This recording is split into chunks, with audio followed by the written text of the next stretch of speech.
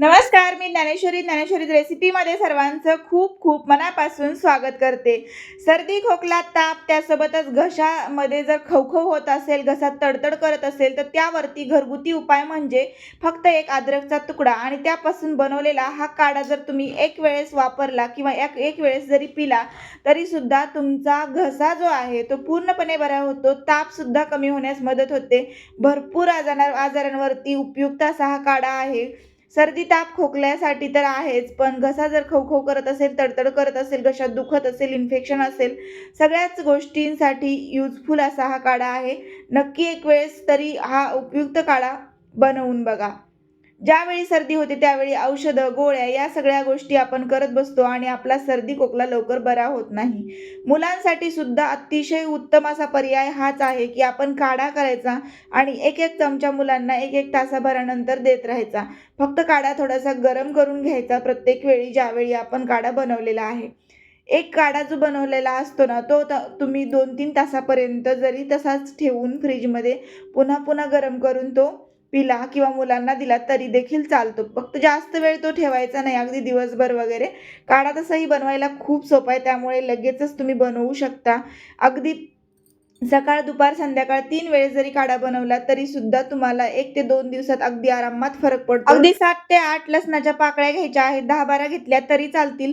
लसूण जो आहे तो गावरान असेल तर जास्त उत्तम आहे. लवकर फरक पडतो आणि टेस्टही खूपच छान येते. चव देखील छान येते. या काढ्याची जी चव आहे ना, तर त्या चवीमुळे आपल्याला खूपच तापीमुळे जरी अन्नपदार्थ खावेसे वाटत नसतील किंवा त्या पदार्थांना चव लागत नसेल ना, तरीसुद्धा लगेच तुम्हाला असं वाटेल की खूपच आपल्या जेवणामध्ये चांगली टेस्ट येत आहे, तर हे आपल्याला लगेच जाणवायला लागेल आणि म्हणजे आपल्या जे काही तोंडामध्ये सुद्धा बघा बऱ्याच वेळा जिभेवरती सुद्धा पांढरटपणा आलेला असतो सर्दी, ताप आणि खोकल्यामध्ये, तापीमध्ये, तर तो देखील पूर्णपणे निघून जातो. कारण हळद आहे, इन्फेक्शन हा अगदी 100% दूर करण्यासाठी हळदीचा वापर आपण काढ्यामध्ये केलेला आहे आणि लसूणसुद्धा, अद्रकसुद्धा त्याचंच काम करते.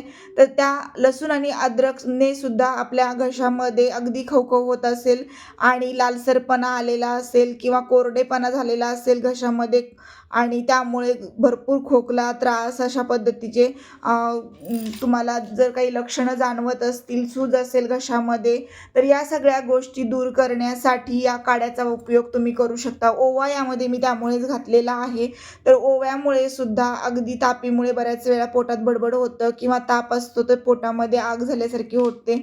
सगळेच आजार एकाच काढ्याने बरे होण्यासाठी भरपूर अशा गोष्टी आपण यामध्ये घातलेल्या आहेत. सगळ्या गोष्टी किचनमधल्याच असल्यामुळे अजिबात टेन्शन घ्यायची गरज नाही आहे. कारण की काढा बनवायला जितका सोपा आहे तितका दुसरा कुठलाही काढा तुम्हाला बनवायला अजिबात म्हणजे गरज पडणार नाही बनवायची. इतका सोपा काढा आहे. तुम्हाला नंतर कधीही वाटणार नाही की हा काढा खूप कठीण आहे. एकच वेळेस तुम्ही व्यवस्थित बघून घ्या. तसेही मी भरपूर काढायचे व्हिडिओ आपल्या चॅनलवरती अपलोड केलेत. सगळेच काढायचे व्हिडिओ जे आहेत ते खरंच मी यूज करून बघितलेले आहेत किंवा त्या काढ्यांचा वापर मी स्वतः करून बघितलेला आहे, पिऊन बघितलेला आहे आणि त्याचे फरक जाणवल्यानंतरच तुमच्यासोबत ते काढे शेअर केलेले आहेत. तर युजफुल रेमेडी आहे. किचन टिप अगदी अशा प्रकारची किचन टिप आहे की खूप सारी मनी सेव्हिंग होईल तुमची. यामध्ये आरोग्याची सुद्धा खूपच चांगली काळजी घेतली जाईल आणि आजारांवरती जर घरगुती उपाय किंवा उपचार भेटला तर नक्कीच दवाखान्यात जाण्याची गरज पडत नाही. मुलांनाही, मोठ्यांनाही, अगदी लहान मुलांपासून वृद्धांपर्यंत तुम्ही हा उपाय करू शकता आणि करायला तर खूपच सोपं आहे. त्यामुळे आता मी अद्रकचा 1 इंच अर्धा इंच एवढाच तुकडा घेतला, त्याच्यावरची साल काढली आणि त्याचे सुद्धा बारीक बारीक काप करून घेतलेत. जसे मी लसणाचे सुद्धा काप केलेले आहेत तसेच. याला तुम्ही अगदी मिक्सरला फिरवून घेतलं तरीसुद्धा चालतं, पण खूपच जास्त लसणाचा जो फ्लेवर असतो ना, तो चरकत जातो घशामध्ये. त्यामुळे मिक्सरला फिरवणं टाळायचं शक्यतो, म्हणजे ठेचून लसूण घेणंसुद्धा शक्यतो टाळायचं. कारण की मी एका काढ्यामध्ये तसं दाखवलं होतं, पण त्याने थोडासा काढा घशामध्ये चरकला होता. त्यामुळे मी पुन्हा म्हटलं की ज्यावेळी लसूण घेतला जाईल तेव्हा हलकासा ठेचून किंवा मग अशा पद्धतीने चिरून घ्यायचा किंवा अख्ख्या जरी पाकळ्या टाकल्या तरी देखील हवा तसा फ्लेवर आपल्याला काढ्यामध्ये उतरतो. अर्धी वाटी पाणी घ्यायचं, त्यामध्ये चवीप्रमाणे मीठ घालायचं आणि पाव चमचा हळद घालायची. पाण्यामध्येच हे थंड पाण्यात मिक्स करून घ्यायचं आहे. त्यानंतर आपल्याला यामध्ये चिमूटभर ओवासुद्धा घालायचा आहे. अगदी 2 चिमूटभर जरी यामध्ये ओवा घातला ना तरीसुद्धा चालतो अशा पद्धतीने. आता हा तयार झालेला जो बेस आहे, तर हा बेस आपल्याला काय करायचं आहे की एखाद्या तडका पॅनमध्ये किंवा मग एखादं पातेलं छोटंसं घ्यायचं आहे आणि त्यामध्ये याला छान गरम करून घ्यायचं आहे. आता हे तडका पॅनमध्ये ओतल्यानंतर तडका पॅनमध्ये छान असं याला उकळी काढून घ्यायची. 1-2 उकळ्या काढायच्या आणि उकळीसोबतच आपले सगळे पदार्थ जे आहेत यामध्ये घातलेले ते सगळे शिजून निघाले पाहिजेत. यासाठी लसणाच्या पाकळ्या चिरलेल्या आहेत त्या टाकायच्या, नंतर अद्रक पण टाकायची. तर या सगळ्या गोष्टी व्यवस्थित अशा उकळवून घ्यायच्या आणि उकळवल्यानंतर पूर्ण फ्लेवर यामध्ये उतरतो. हलकासा रंग देखील चेंज होऊ शकतो हळदीमुळे. तर इथे मी हळद जी आहे ती हलकीशी चेंज होईपर्यंत याला शिजवून घेते. तोपर्यंत तुम्ही कुठून माझा व्हिडिओ बघत आहात ते मला कमेंटमध्ये नक्की कळवा. आणि व्हिडिओला तर तुम्ही आतापर्यंत लाईक केलं नसेल ना, तर व्हिडिओला लाईक करून ठेवा. चॅनलवर पण नवीनच असाल आणि चॅनलला सबस्क्राईबसुद्धा केलं नसेल तर नक्की चॅनलला सबस्क्राईब करा.